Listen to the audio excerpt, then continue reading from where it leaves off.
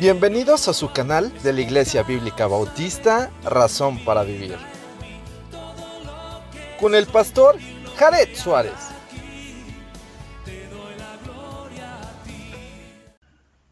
Bienvenidos a su canal de la Iglesia Bíblica Bautista Razón para Vivir. Nos da muchísimo gusto que puedan acompañarnos y que podamos ir a través de la palabra de Dios para poder entender, comprender lo que Dios quiere en nuestra vida.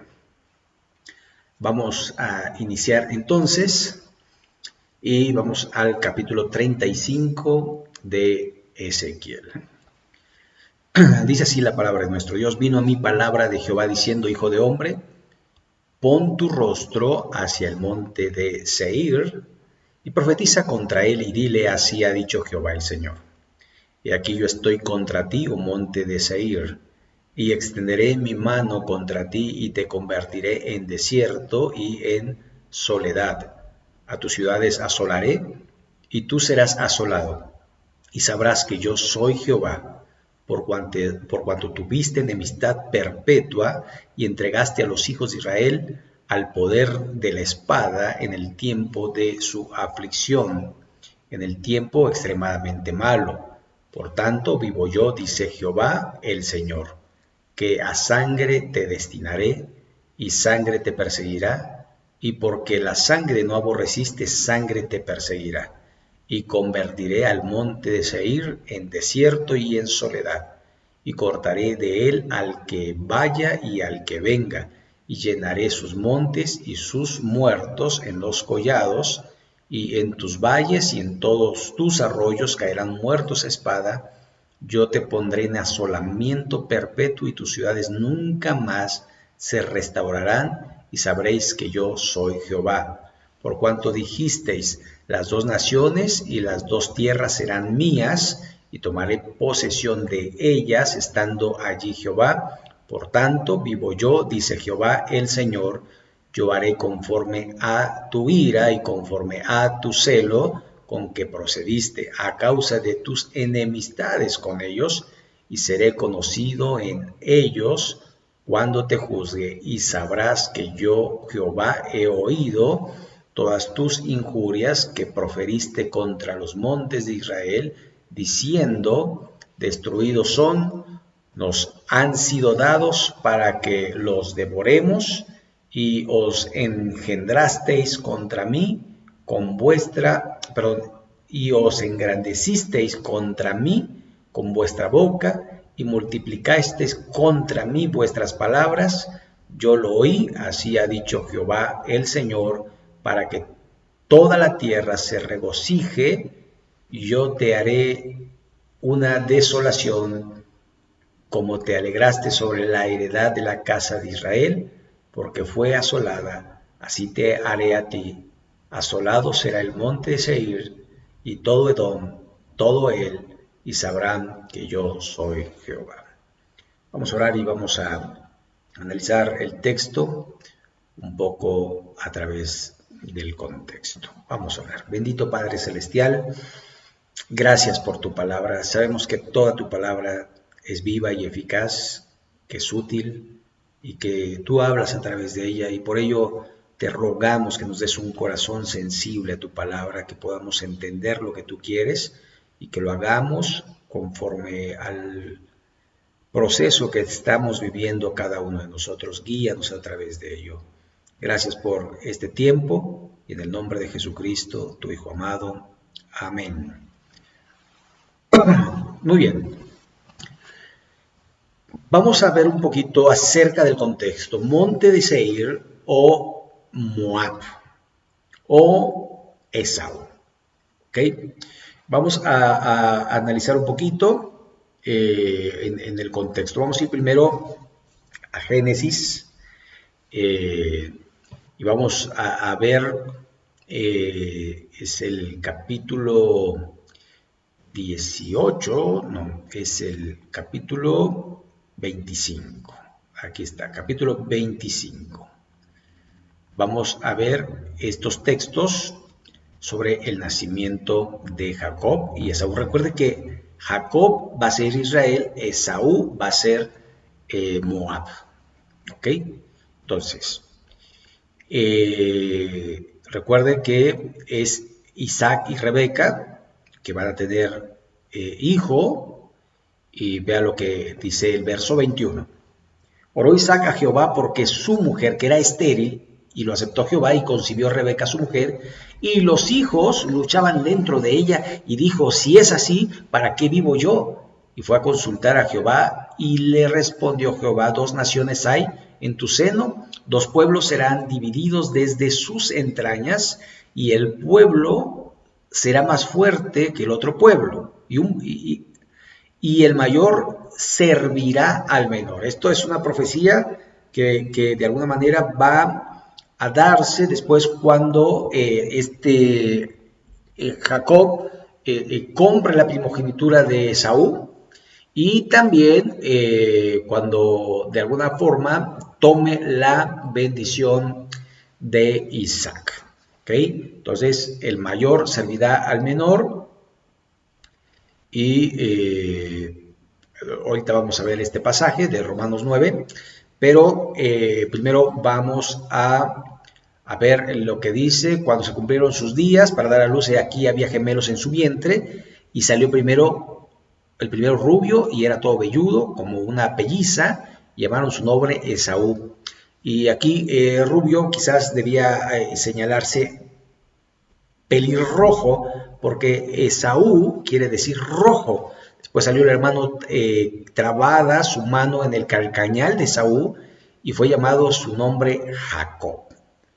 Y era Isaac de edad de 60 años cuando ella los dio a luz. Entonces, aquí vemos la escena, sale Esaú primero, y del calcañal ahí agarradito salió Jacob, ¿verdad? O sea, como si fuera un solo nacimiento.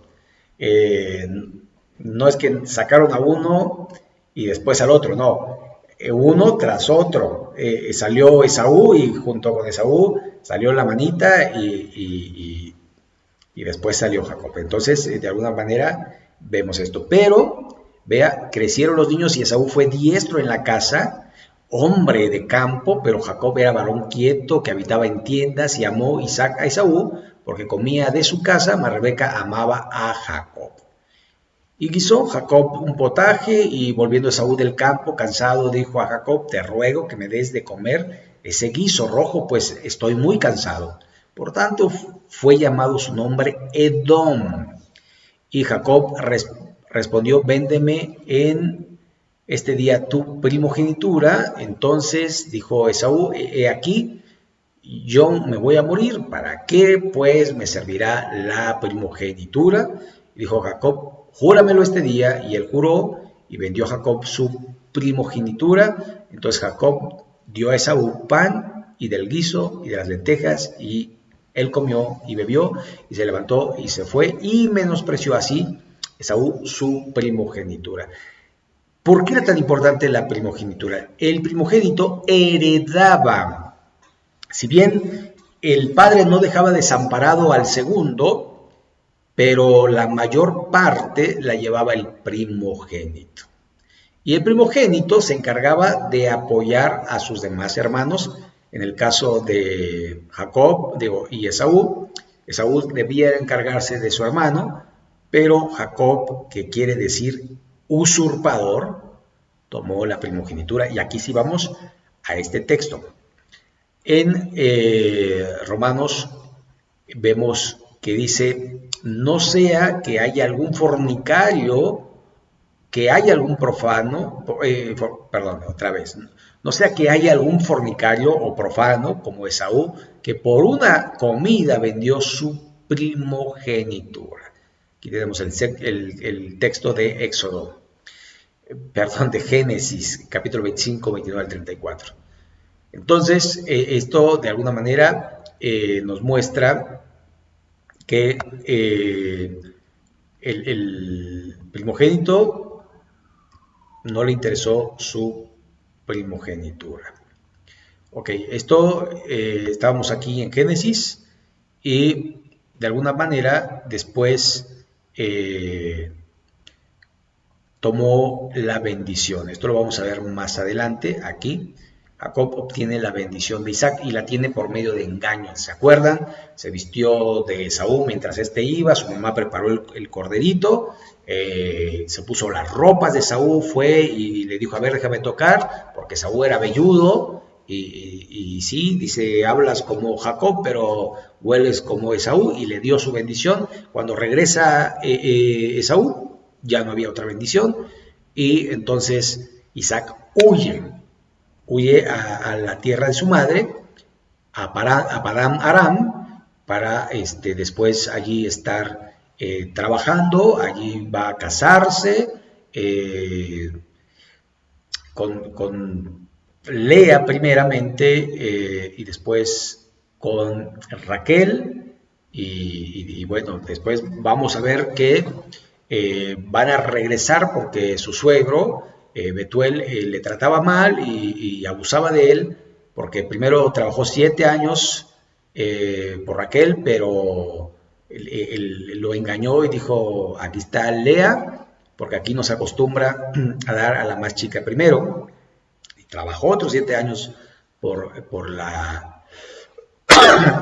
Raquel, a quien amaba, y después pues empezó a hacer tratos con Betuel, y empezó a hacerse de ganado, y Dios le bendijo, y salió después huyendo, y en esa huida, curiosamente, Jacob tiene miedo por su hermano, porque su hermano Esaú había prometido matarle.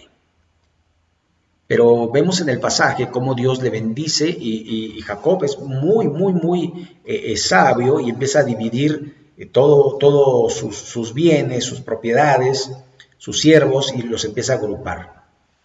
Y los tenía a una distancia. Entonces, primero los presentes que le daba a Esaú, y después hasta atrás las familias de Jacob. Entonces, cuando Esaú fue a recibir a su hermano, pues preguntó, ¿qué es esto? ¿No? Y estos son tus bienes, o sea, tus regalos que tu hermano Jacob te da. Y Esaú fue y recibió a su hermano, lo abrazó, y parecía que se había olvidado de esto.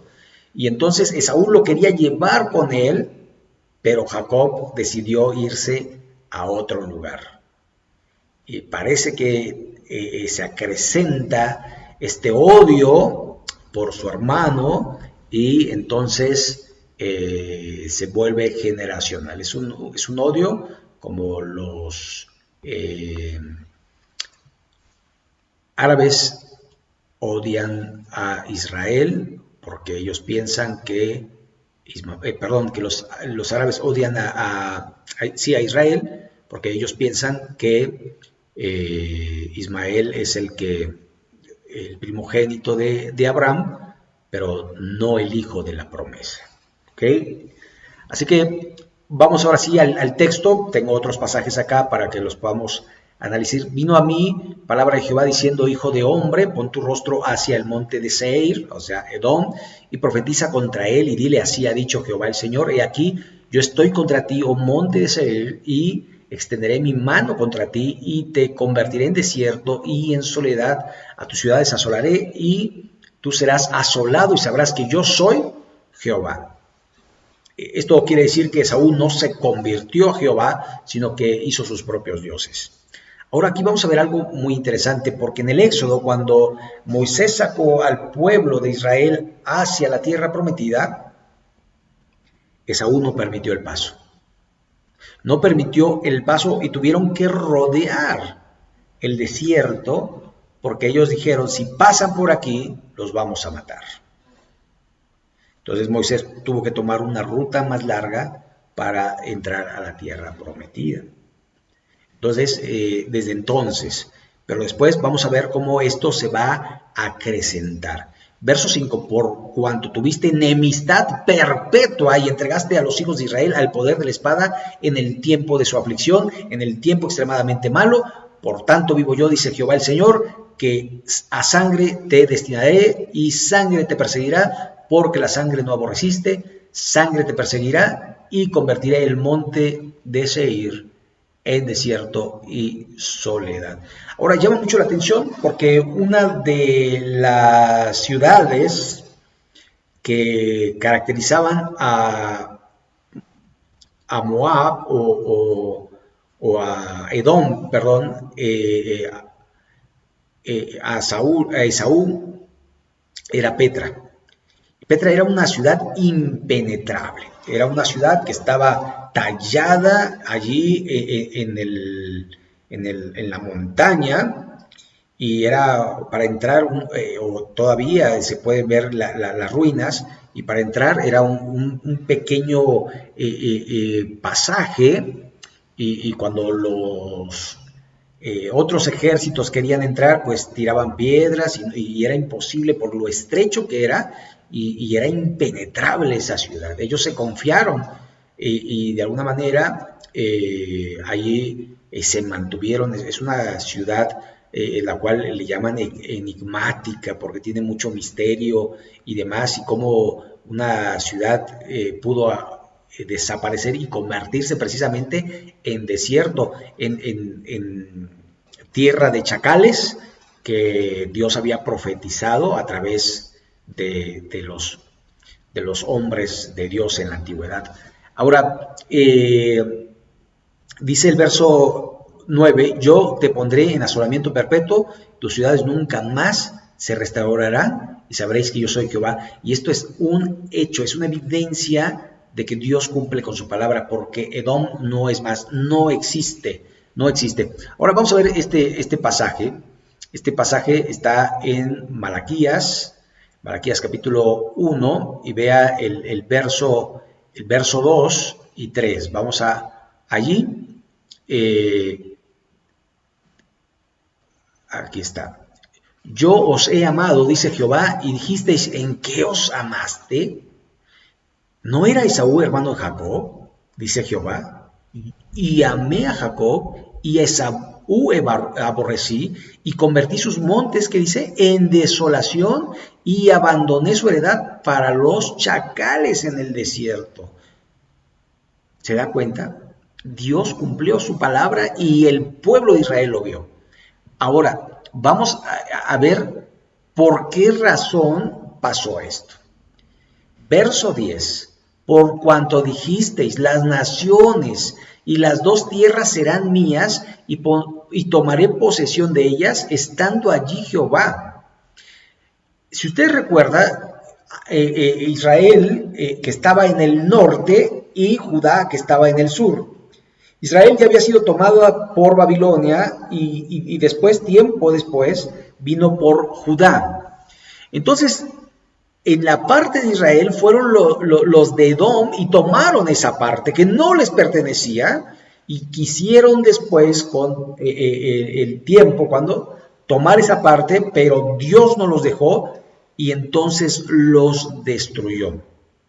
Verso 11, por tanto, vivo yo, dice Jehová el Señor, yo haré conforme a tu ira y conforme a tu celo con que procediste a causa de tus enemistades con ellos, y seré conocido en ellos cuando te juzgue, y sabrán que yo Jehová he oído tus injurias que proferiste contra los montes de Israel, diciendo, destruidos son, nos han sido dados para que los devoremos. Entonces podemos ver cómo de alguna forma Esaú, estamos hablando que Israel estuvo en Egipto durante 432 años, y durante 4 siglos se mantuvo esa enemistad. Estoy hablando del Éxodo. Pero cuando estamos hablando de Babilonia, estamos hablando en el 585, 592, estamos hablando que si el Éxodo fue en el año 1444, y esto casi 900 años después, seguían teniendo odio y rencor contra su medio hermano. O sea, Esaú aborreció a Jacob, aborreció a Israel, pero contrariamente pasó con Dios. Habíamos visto que el mayor serviría al menor, y verso 13, esto es en Romanos 9:13,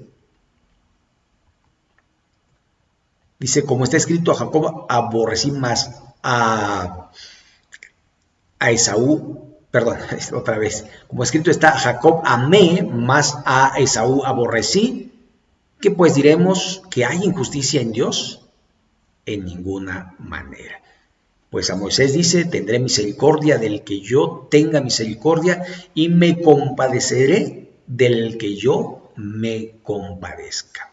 Así que Él es Dios y Dios de alguna manera actúa de la mejor manera que Él cree conveniente, y recuerde que la voluntad de Dios es agradable y perfecta. Y algo que quería hacer Dios es que Esaú conociera a Jehová.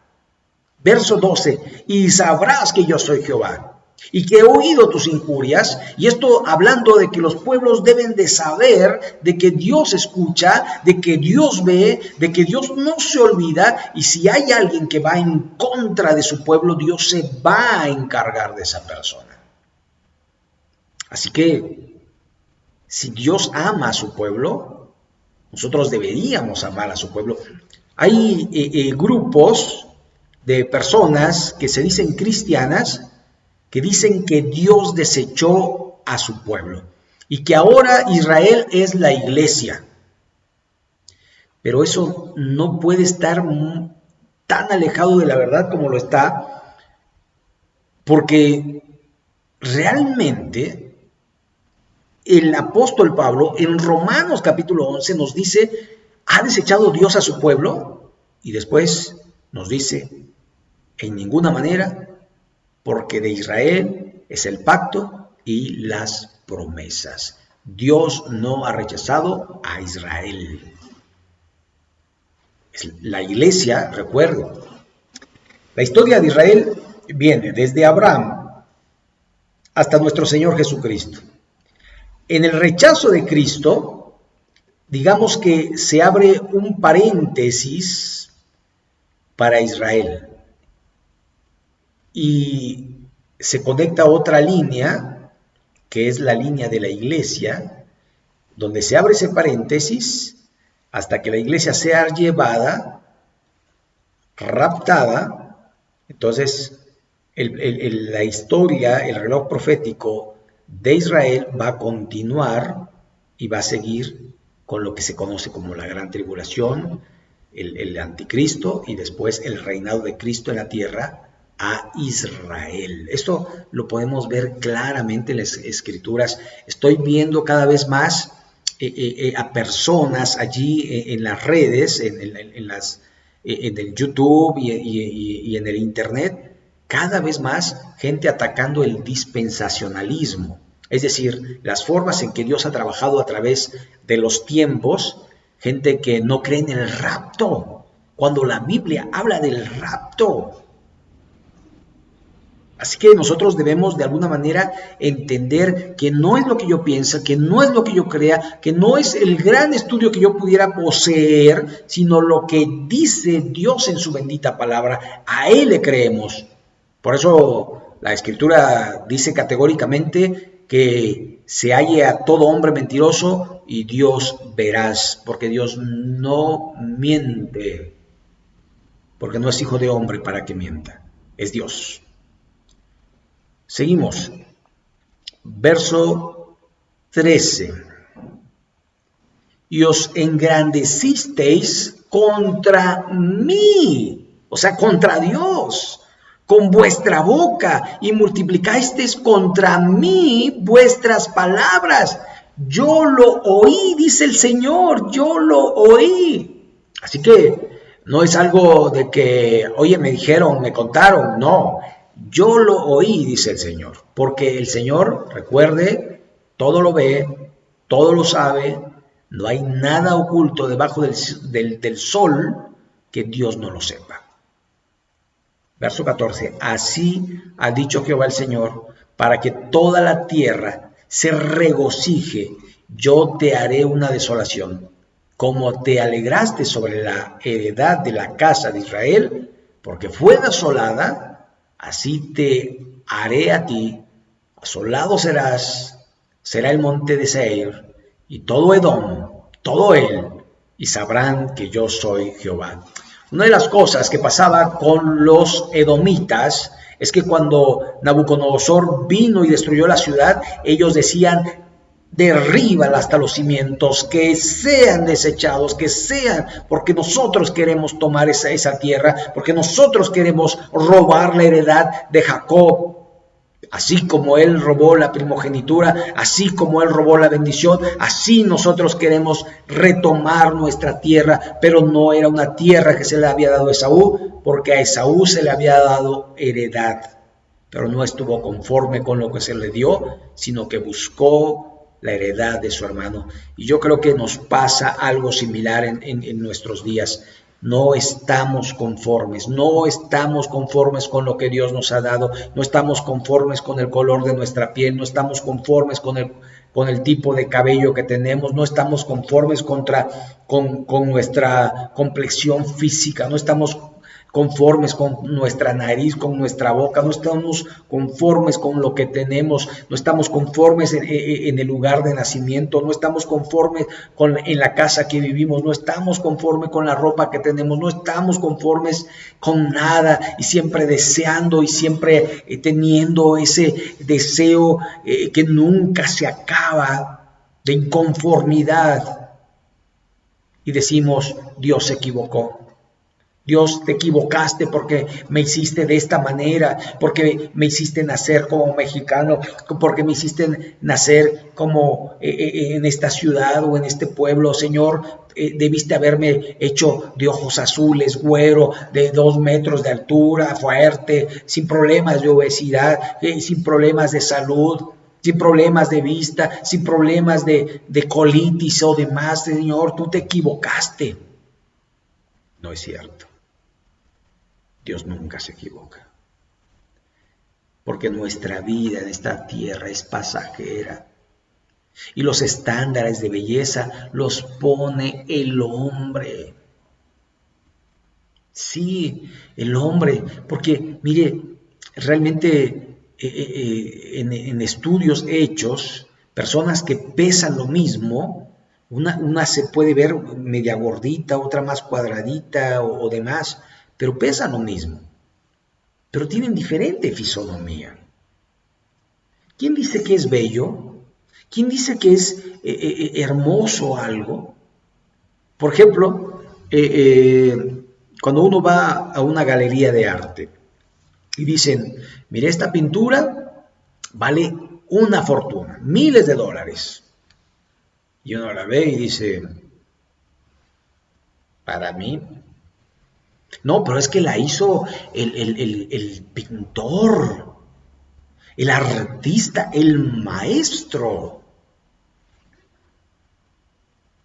Y por eso me tiene que gustar. Porque lo hizo fulano de tal. Yo debo de tener mi criterio.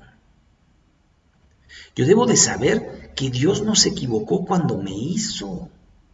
Y que si alguien me dice que estoy feo, pues será para él. Porque para Dios soy hermoso. Porque Dios no se equivoca. Él me hizo tal como Él quería. Y sabe, no hay otro igual. Él no nos hizo en serie, ¿verdad? Ahí agarró y dijo: mira, estos son parecidos todos, todos iguales, No. Él hizo a cada quien de una manera tan diferente. Se tomó su tiempo. Y por eso existen diferentes narices, diferentes cejas, diferentes ojos, diferentes quijadas, mentones, pómulos, frentes, cabellos. Hay una multiforma de Dios. Y lo más importante, Él nos puso su sello, porque Él en el vientre de nuestra madre, como el Salmo 139 lo dice, nos hizo, nos formó. Él sabía lo hermoso, lo precioso que éramos para Él, porque después de todo Él nos amó tanto que dio a su Hijo unigénito para que todo aquel que en Él cree no se pierda, mas tenga vida eterna. A veces perdemos tanto el tiempo en las cosas superficiales, en lo perecedero, hasta este cuerpo. Un día se lo van a comer los gusanos. ¿Y dónde va a estar la hermosura? En los proverbios, el rey Salomón decía, vana es la belleza. La mujer que teme a Jehová, esa será alabada. Y sabemos que, ¿verdad? La fuerza y la hermosura de los jóvenes con la edad se pierde. ¿Se acuerdan cuando dice el apóstol Juan allí en la primera carta, en el capítulo 2, en el verso 15, no améis el mundo, ni las cosas que están en el mundo? Si alguno ama el mundo, se constituye enemigo de Dios. Porque el deseo de los ojos, el deseo de la carne y la vanagloria de la vida no provienen de Dios, sino del mundo. Y el mundo pasa y sus deseos. Pero el que hace la voluntad de Dios permanece para siempre. ¿Sabe? Algunos han vendido su alma al diablo por ser hermosos. Algunos han vendido su alma por ser ricos. Algunos han vendido su alma por ser saludables. Pero ¿y qué? ¿De qué les valió? Si van a arder en el infierno. El salmista lo decía así: es mejor un día en tus atrios que 1000 fuera de ellos. Es mejor vivir pocos años en este planeta, vivir con carencia en este planeta, vivir sin hermosura en este planeta, pero un día estar en la presencia de nuestro Creador para siempre. ¿Sabe? Usted es hermoso para Dios y Dios le ama tanto que dio a su Hijo por usted. Así que podemos entender que el rencor lo único que va a traer es mi propia destrucción. Podemos entender que Dios tiene un propósito en cada persona y Dios lo pone en el lugar que Él quiere para su gloria y su honra. Si usted nació en México, si usted nació en Brasil, si usted nació donde haya nacido, cumpla el propósito de Dios. Si usted no está contento con su aspecto físico, pídale perdón a Dios y dígale: Señor, perdóname porque tú me hiciste perfecto y tienes un propósito. La gente puede decir muchas cosas. Yo mismo me veo en el espejo y puedo decir: no me gusta y voy contra tu creación. Perdóname, Señor. Ayúdame a entender para qué me creaste. Para adorarte, para glorificarte, y ayúdame a hacerlo. Si tú nunca has reconocido que Dios te hizo, y si tú nunca le has entregado tu vida a Dios, yo te invito a que te arrepientas de tu pecado y le recibas a Cristo en tu corazón. Si nunca lo has hecho, ora conmigo, dile de esta manera: Señor Jesús, reconozco que soy pecador, reconozco que mi pecado me separa de ti. Quiero recibirte en mi corazón. Límpiame, perdóname, sálvame. Y si tú hiciste esta oración, Dios va a transformar tu vida. Pero si tú eres cristiano y no aceptas el molde en el que te hizo Dios, también pídele perdón. Y dile: Señor, me acepto tal como me hiciste, porque soy hermoso, soy hermosa para ti. Ayúdame aceptarme y aceptar a los demás, tal y cual tú los hiciste para tu gloria y honra. Ora conmigo, Señor y Padre nuestro. Gracias por tu palabra. Gracias porque a través de ella nos hablas. Y vemos en Esaú un hombre que atesoró el odio en su corazón, el rencor, y quería el mal para su hermano. Pero tú, Señor, hiciste el bien, porque tú amas tu pueblo y amas tu iglesia. Ayúdanos a nosotros a amar a los demás, para cumplir así con tu palabra. Que te amemos a ti sobre todas las cosas y amemos a nuestro prójimo como a nosotros mismos. Pero si nosotros no nos amamos, ¿cómo podemos amar? Ayúdanos a aceptar lo que somos, lo que tú nos has hecho, para tu gloria y honra. Y en el nombre de Jesús. Amén. Muy bien, pues hemos llegado al final de este estudio. Agradezco muchísimo su atención. Si no se ha suscrito, ya sabe, suscríbase, invite a otras personas a escuchar la palabra de Dios.